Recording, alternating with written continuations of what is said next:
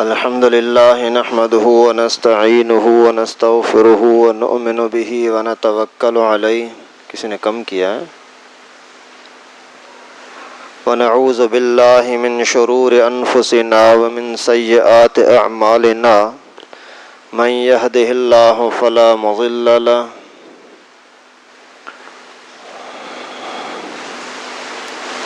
کون بنائے گا؟ صبح صحیح تھا، ابھی کسی نے چھیڑ چھاڑ کیا بھی نہیں، پھر کیسے خراب ہوا؟ ہاں دیکھو،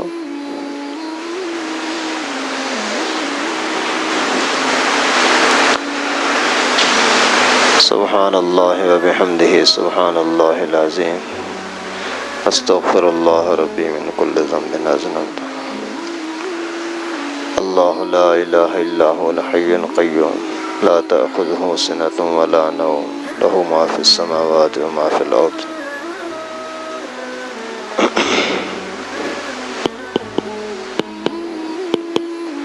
اللہ اکبر اللہ اکبر لا الہ الا اللہ اللہ اکبر. یا حی یا قیوم برحمتک نستغیث. اللہ اکبر کبیرہ. مزہ نہیں ہے؟ صحیح ہے، بیٹھ جائیں، شاید عبدالستار آ جائے. وہ بھائی ریاض نہیں ہے؟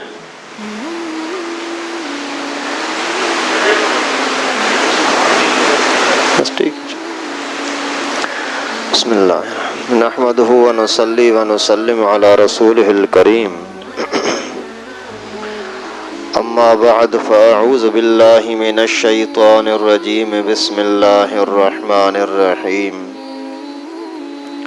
لقد من اللہ علی المؤمنین اذ بعث فیہم رسولا من انفسہم یتلو علیہم آیاتہ ویزکیہم ویعلمہم الکتاب والحکمہ وإن كانوا من قبل لفی ضلال مبین. صدق اللہ العلی العظیم. محترم دوستو عزیزو، رسول اللہ صلی اللہ علیہ وسلم کی ولادت اور سیرت کے متعلق بیانات چل رہے ہیں. گزشتہ جمعے کو رسول اللہ صلی اللہ علیہ وسلم کے رضاعت، دودھ پینا، بی بی حلیمہ سعدیہ کے پاس رہنا، پھر شق صدر ہونا اور واپس بی بی آمنہ کے پاس پہنچنا، یہاں تک تذکرہ ہوا تھا. جیسے ہی بی بی آمنہ کے پاس، اپنی امی والدہ کے پاس رسول اللہ صلی اللہ علیہ وسلم واپس پہنچے تو تھوڑے ہی عرصے کے اندر امی کا انتقال ہو گیا. والدہ کے مبارک پیٹ میں تشریف لائے تو ابا کا انتقال ہو گیا. پھر جب 6 سال کی عمر ہوئی تو والدہ کا انتقال ہوا. دادا کی پرورش میں آئے. 8 سال کی عمر بنی تو دادا کا انتقال ہو گیا. پھر چچا ابو طالب کے پاس پیغمبر کریم صلی اللہ علیہ وسلم رہنے لگے. پھر اسی ہی حضرت پیغمبر کریم صلی اللہ علیہ وسلم چچا ہی کے پاس تھے کہ سفر کرنا بھی شروع کیا، شادی بھی ہوئی اور نبوت بھی جو ملی اسی کی سرپرستی کے زمانے میں ہی ملی. 50 سال کی عمر ہوئی تب تک ابو طالب کا ساتھ رہا. تو رسول اللہ صلی اللہ علیہ وسلم والدہ کے ساتھ رہتے تھے، والدہ کی بہت خدمت کرتے تھے. تو اسی دوران ایک مرتبہ والدہ نے بولا کہ چلو چلتے ہیں میرے ماں باپ کے پاس، میرے بھائیوں کے پاس، آپ کے ماموں کے پاس میں آپ کو لے چلتی ہوں. تو لے کر کے چلے، جا کر کے وہاں ملاقاتیں وغیرہ ہوئیں. پھر جب واپسی آ رہے تھے تو راستے کے اندر والدہ کا بھی انتقال ہو گیا. پھر پیغمبر کریم صلی اللہ علیہ وسلم چچا دادا عبد المطلب کے پاس ہی رہتے تھے اور وہ ان کے ساتھ بہت زیادہ محبت کرتے تھے. سردار گھرانہ تو ویسے بھی تھا۔ حضرت عبد المطلب کے بارے میں آتا ہے کہ ان کے لیے کعبۃ اللہ کے صحن میں باقاعدہ ایک جگہ سجائی جاتی تھی، وہاں آ کر کے وہ خود بیٹھتے تھے اور سارے لوگ آ کر کے ارد گرد میں بیٹھتے تھے، کوئی بھی عبد المطلب کی جگہ پر بیٹھ نہیں سکتا تھا، سردار کی جگہ ہے۔ جیسے آج کل بھی لوگ استادوں کی جگہ پر نہیں بیٹھتے، ہر استاد کی جگہ ہے، ہم اس کی جگہ پر کیسے بیٹھ سکتے ہیں، یہ تو بڑی بے ادبی ہے۔ یہاں یہ جو بڑے لوگوں کی سیٹیں خاص کرسی بنی ہوتی ہے وہاں کوئی نہیں بیٹھتا، تو وہاں حضرت عبد المطلب کے اپنے بیٹوں میں سے بھی کسی کو یہ ہمت نہیں ہوتی تھی کہ ابو کی جگہ پر آ کر کے بیٹھے، لیکن رسول اللہ صلی اللہ علیہ وسلم بچے تھے، لیکن اس کے باوجود جیسے ہی آتے تو کبھی بھی پیغمبر کریم اس جگہ سے ہٹ کر کہیں عوام کے ساتھ نہیں بیٹھتے، اسی اپنے دادا کی جگہ پر آ کر کے بیٹھ جاتے تھے۔ دادا ہوتے تو بھی ساتھ بیٹھ جاتے، نہ ہوتے تو بھی آ کر کے اس کی جگہ پر بیٹھ جاتے ہیں۔ اس کے اندر بھی علماء نے لکھا ہے کہ رسول اللہ صلی اللہ علیہ وسلم کے بچپن کے اندر ہی اللہ تعالیٰ نے یہ بات رکھی تھی کہ یہ امت کے رہنما بنے گے، اور رہنما اوپر ہوتا ہے، رہنما کی اور بڑے کی جگہ لوگوں سے الگ تھلگ ہوتی ہے۔ اور 2 سال کا جیسے ہی وقت گزرا، یعنی پیغمبر کریم کی 8 سال عمر بنی، تو عبد المطلب بیمار ہوئے، تو اور بیٹوں کو بھی بلایا کہ میرے اس بچے کے خیال رکھنا، لیکن خصوصاً ابو طالب کو بولا کہ آپ کی ذمہ داری ہے کہ محمد کا خیال رکھنا۔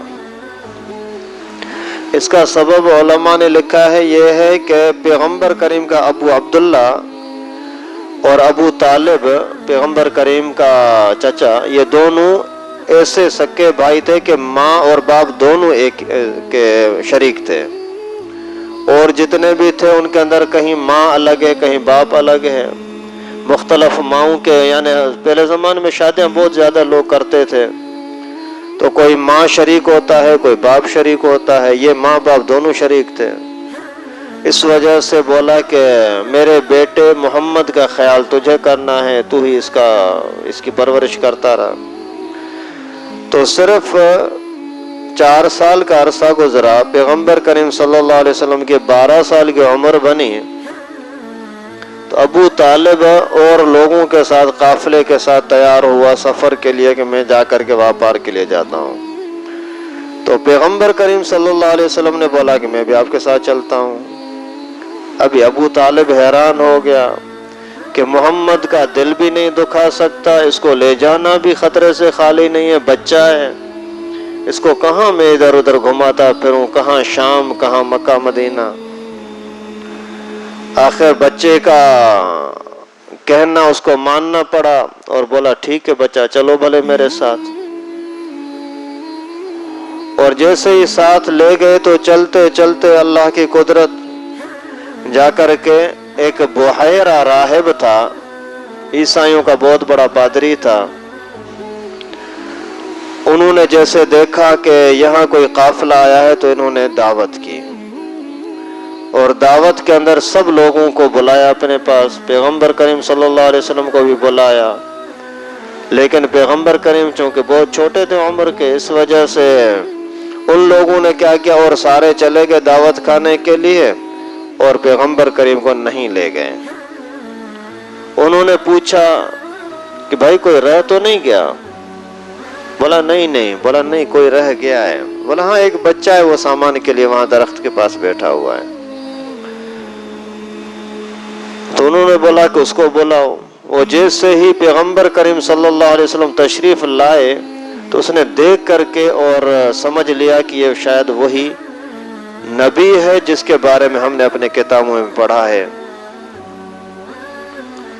تو پیغمبر کریم صلی اللہ علیہ وسلم کے متعلق ابو طالب سے پوچھا یہ کون ہے؟ میرا بیٹا ہے۔ تیرا نام کیا ہے؟ ابو طالب۔ بولا نہیں یہ تو نہیں ہو سکتا کہ یہ تیرا بیٹا ہو، سچ سچ بتاؤ کون ہے؟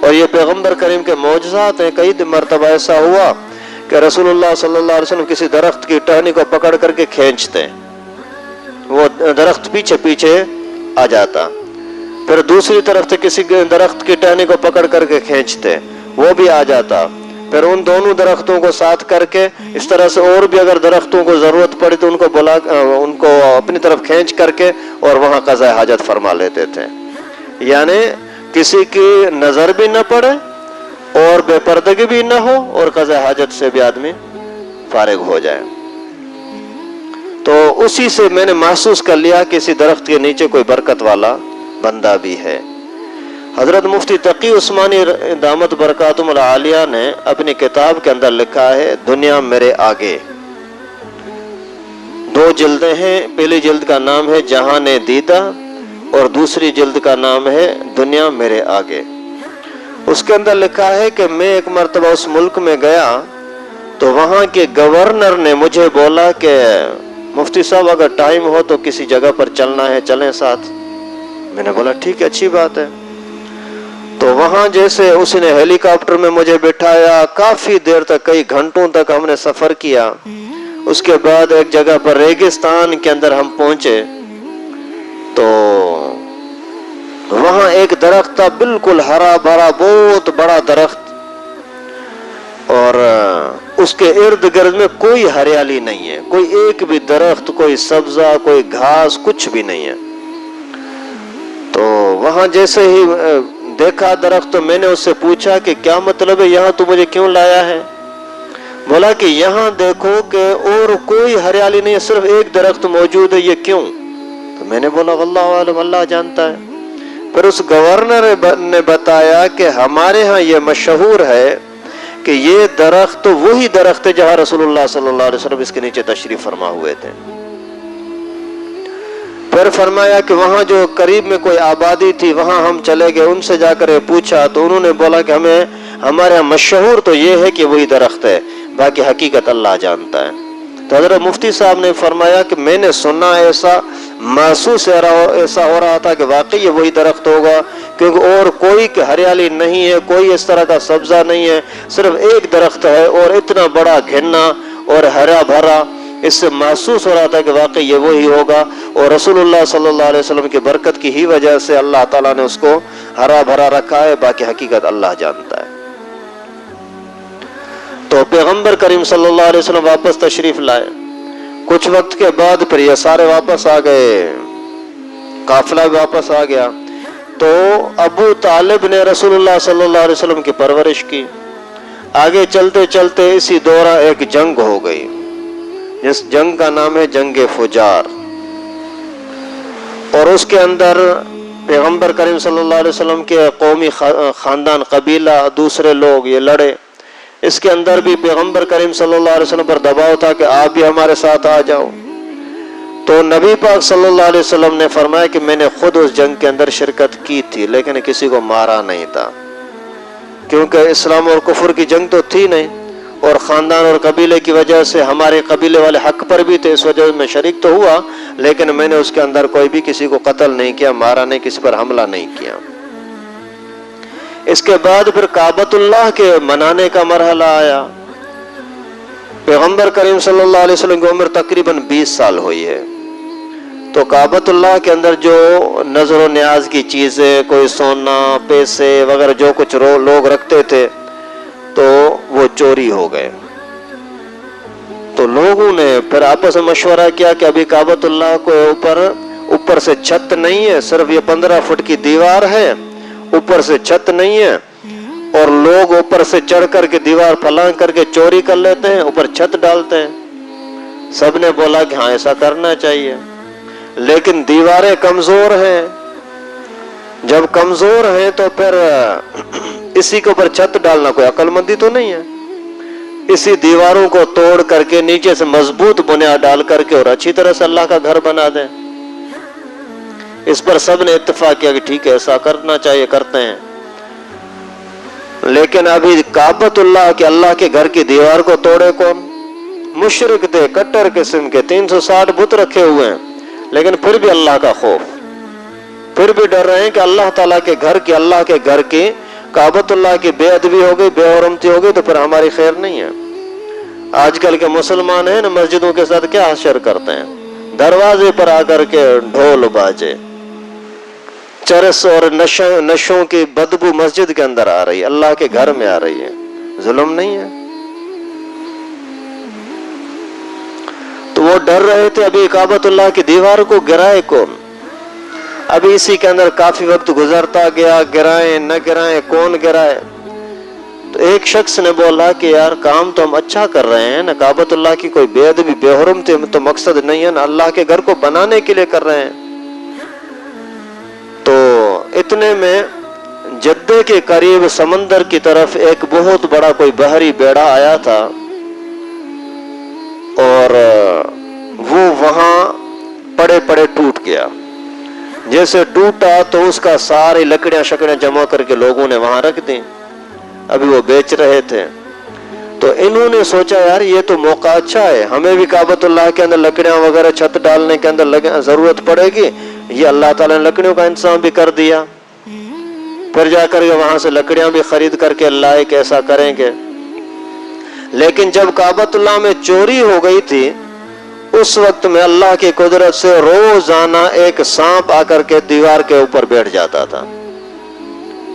تو سارے لوگ ڈرتے تھے، کوئی چوری کے اندر آتا ہی نہیں تھا، اور کوئی بھی اس طرح کے کچھ سوچ بھی نہیں سکتا تھا۔ تو اسی میں پھر یہ پریشان ہو گیا، ابھی سانپ سے کون جان چھڑائے۔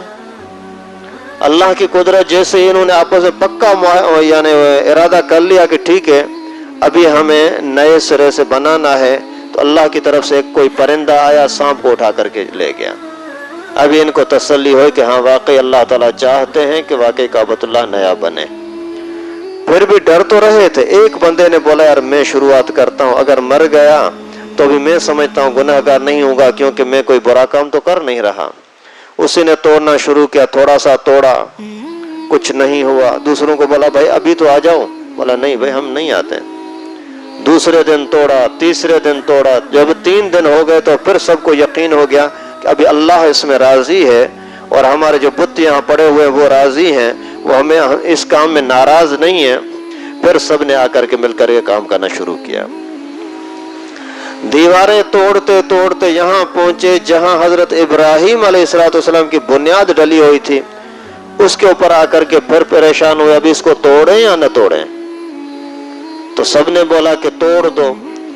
تو حدیث مبارکہ میں آتا ہے کہ جیسے ہی اسی کو توڑنے کے لیے کوئی چیز ماری تو اتنی تیز آواز ہوئی کہ پورے مکے کے اندر وہ آواز گونج گئی۔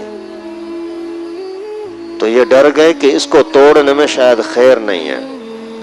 پھر آپس میں مشورہ کیا، بولا مضبوط ہے نہیں ہے، دیکھا بہت زیادہ مضبوط ہے، اللہ کے نبی کا رکھا ہوا بنیاد ہے، کیسے نہیں مضبوط ہوتا۔ پھر دوبارہ سے اس کی تعمیرات شروع کر دی۔ سارے جو اس وقت میں قبائل تھے ان سب نے مل کر کے اور کعبۃ اللہ بنانا شروع کیا۔ بنتے بنتے بنتے جہاں تک انہوں نے اپنا حصہ مقرر کیا، یہ طرف آپ کا، یہ اس کا، یہ اس قوم کا، یہ اس قوم کا، یہ بناتے گئے۔ تو اتنے میں جب حجر اسود کے رکھنے کا وقت آیا تو پھر اختلاف ہو گیا۔ ہر قبیلہ بولتا ہے کہ ہم حجر اسود کو اٹھا کر کے رکھیں گے، دوسرا قبیلہ بولتا ہے نہیں ہم کریں گے۔ اتنے میں اتنے حالات خطرناک ہو گئے کہ مکمل لڑائی کا ماحول ہو گیا۔ ایک قبیلے نے کیا کیا، ایک پیالہ خون کا بھر کر کے اور کعبۃ اللہ کے قریب آ کر کے رکھ دیا کہ اگر ہم نے یہ حجر اسود نہ رکھا اور کسی اور نے رکھا تو ہم خون بہائیں گے، خون دیں گے، لیکن ہم اس پر راضی نہیں ہیں کہ کوئی اور آ کر کے اس پر حجر اسود رکھے، ہم اس کے لیے راضی نہیں ہیں۔ ابھی حالات عجیب ہو گئے، کیا کریں؟ پھر سب قبیلوں کے سردار اکٹھے ہو کر کے بیٹھ گئے، کیا کرنا چاہیے؟ اتنے میں ان میں سے جو سب سے بڑا بوڑھا آدمی تھا، اوپر نہیں چل رہے، ابھی اور کوئی راستہ تو ہے ہی نہیں، یہاں تو بند کر دیں بیان۔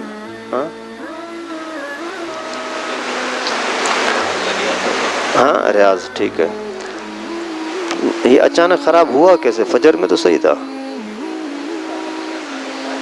کسی نے ہاتھ لگایا ہے نا، کیا ہاتھ لگایا ہوا نا؟